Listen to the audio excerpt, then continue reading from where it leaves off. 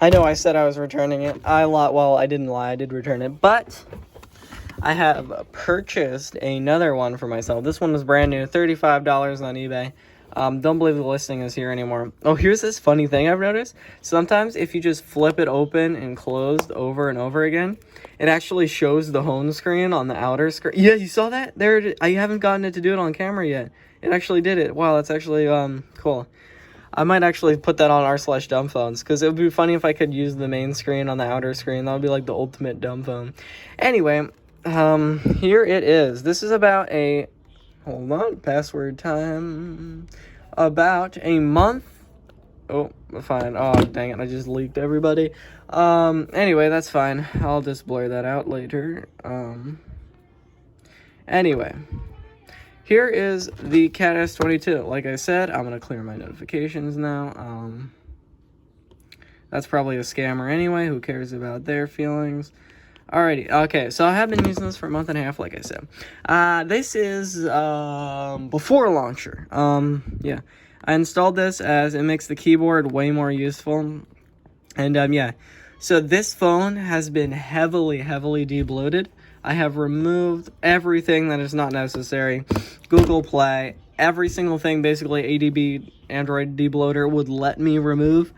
Yeah, that's what I've done to it. I've turned off basically every setting that sounded like it would use battery, like location, everything. And whenever I'm on the go, I have internet and Bluetooth off. I only ever turn them on for if I'm watching something, looking at a podcast, something like that. Now, unlike a lot of dumb phone users, I'm not limiting my social media on here. So, yeah, I have YouTube, everything like that. Yeah. Here's an app I found useful for me personally, called Hermit, and it allows me to create, like, how do I describe it? It's like a browser, and it allows you, progressive web apps, I believe that's what they're called, PW, something like that. And yeah, here is my setup here. The only things I've installed are YouTube Music, YouTube, Mercari, for my selling things. I wouldn't call it a business. I have J2ME loader. I haven't really done that, but I've heard a lot about it.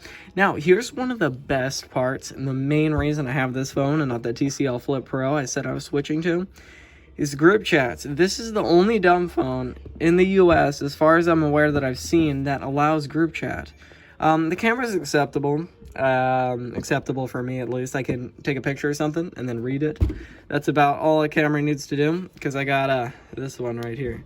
So yeah, I have Google Messages. That's what I've been using, because I deleted and removed Google Play, but I didn't remove Google Play services. I disabled background processes, just debloated the heck out of this phone, and it lasts about 4 hours playing the YouTube video at half brightness. Yep, alright, let's open up YouTube here. YouTube itself runs great. Now, you do have to use the touchscreen. I wish there was more things I could use the buttons with. Like, oh, it does work on YouTube. As you can see, YouTube works flawlessly on this phone. Well, you can't see that, but it works flawlessly on this phone. Videos play perfectly fine. I'm able to watch shorts. I changed the DPI. That's what I changed. It's slightly larger. It's at like 330. I think this is about 370 to make everything on the screen appear much larger. And the only app that has struggled on this phone that I need to use is Mercari. You can see, let me just open it up here. I probably won't do it for the camera. Let's see. So it takes a while to launch, and once you do get in it, it lags. But I really just need this to look at like shipping labels, so it's good enough. Yeah, it'll give you a real-time experience here. But this is the worst I've seen. Like, it's able to stream YouTube videos and stuff perfectly fine.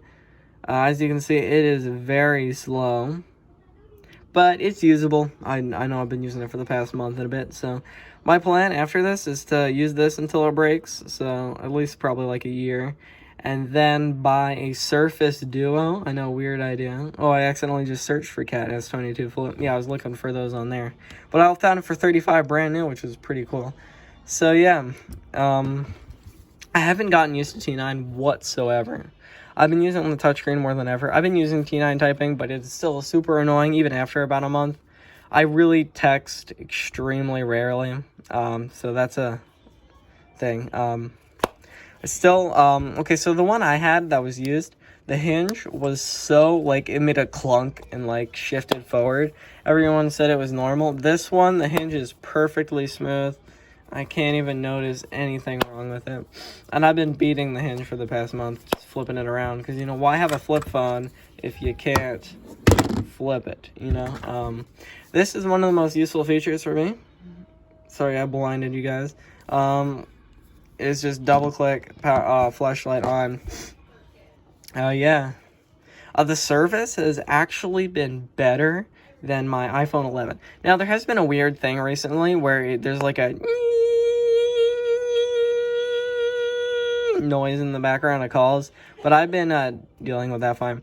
Now, you may have noticed I've disabled the battery icon on the outer screen because it's giving me like battery anxiety because the battery still isn't very great. It easily lasts me the day, actually 2 days. So it's just nowhere near like a modern iPhone or anything of the sort. And it is removable, so you could carry 2 of them with you if you wanted. It does get quite hot, like concerningly hot sometimes. And it gets extremely hot. I highly recommend not using it while charging, for example. And just normal usage, it does get a bit warm, but never like, oh dear, I'm gonna throw this out the window, it's gonna catch on fire warm. Just like concerningly slightly warm, you know? The main and best reason, the main reason I use this phone is when you go to take a call, you flip it open and you take a call, and it looks pretty cool in my opinion. I really just like the look of this phone. Basically, the main reason I'm using it, you know, conversation starter, all that stuff. And a practical-ish reason is that having it closed, like kind of like the argument for Samsung Flips or whatever, is that you protect that inner screen. Like, I've been using it without a screen protector for a month and a half. I scratch destroy everything. And the rugged, incredible design of this, and the fact that it protects the screen when you're most likely to drop it means I haven't even got a single scratch on the plastic screen yet, which is pretty good for me, so... I'd say a lot of people have been complaining about this keyboard, but I haven't had a single problem with it. Everyone's saying you press a button and it presses half the keyboard down, multiple clicks and stuff. Haven't had any of that problem. Sure, it's okay. It's an okay keyboard, but I haven't had any issues with multiple presses or anything like that. I actually thought it was pretty good, but I'm not a T9 keyboard kind of enthusiast or whatever, so maybe I'm just... don't know about that stuff. But yeah, this thing has been incredibly useful, and I didn't get it to drop my screen time, but it has been doing that, even though I haven't limited anything, just the embarrassment of taking out a flip phone and watching YouTube shorts on it. So yeah, that's definitely the best argument for this phone, I think, because, you know, it's kind of not a great smartphone, and it's a okay dumb phone. That's the rating here. Pretty good, could be better, but it's the best thing I've tried so far, and it's the longest I've ever used a flip phone for, so... Anyway, I hope you guys enjoyed today's long-term review of the Cat S22. Maybe I'll make a long-term review in like a year or something, but here it is. I've been using this thing for a bit over a month, and please make sure to like, subscribe, check out my Mercari, and I'll see you all later. Bye!